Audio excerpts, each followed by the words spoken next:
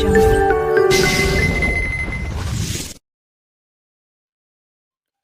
दोस्तों, आप लोगों को स्वागत करता हूं आपके अपने यूट्यूब चैनल मैथ संग्रह में। तो आज के वीडियो में हम लोग देखने वाले हैं एसएससी जीडी, बिहार एसएससी और बिहार पुलिस से रिलेटेड इम्पोर्टेंट क्वेश्चन को।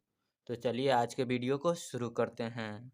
आज का फर्स्ट नंबर प्रश्न बोल रहा है कि दो संख्याएं ऐसी है कि उनका अंतर, उनका योग तथा उनका गुणनफल 1:7:24 के अनुपात में है, तो संख्याएं क्या है।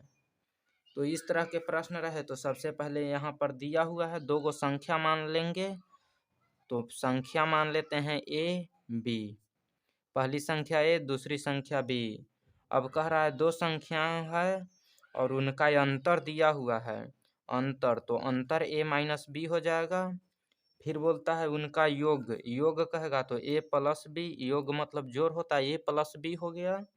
और कह रहा है उनका गुणनफल, गुणनफल ए गुना बी हो जाएगा। अब इस सब का मान दिया हुआ है रेशियो में 1:7:24 के अनुपात में दिया हुआ है। और बोल रहा है कि दोनों संख्या का गुणनफल क्या होगा, यानी ए और बी दो संख्या है, इसका गुणनफल हमको बताना है। तो इस तरह के प्रश्न रहे तो सबसे पहले रेशियो में है, यहाँ पर भी रेशियो है। तो यहाँ ए minus B, ratio A plus B है, तो इसको बट्टा में लिख लेते हैं ए माइनस बी, रेशियो के मतलब बट्टा होता है, तो ए प्लस बी लिख लेते हैं। और यहाँ से बराबर है, रेशियो है, इसको बराबर दे देते हैं। और ये 7 है, ए प्लस बी 7, तो 7/1 हो जाएगा। अब यहाँ से क्रॉस मल्टीप्लाई कर देंगे, तो ए माइनस बी में 1 से गुना करेंगे और ए प्लस बी में 7 से, तो यहाँ से गुना कर लेंगे।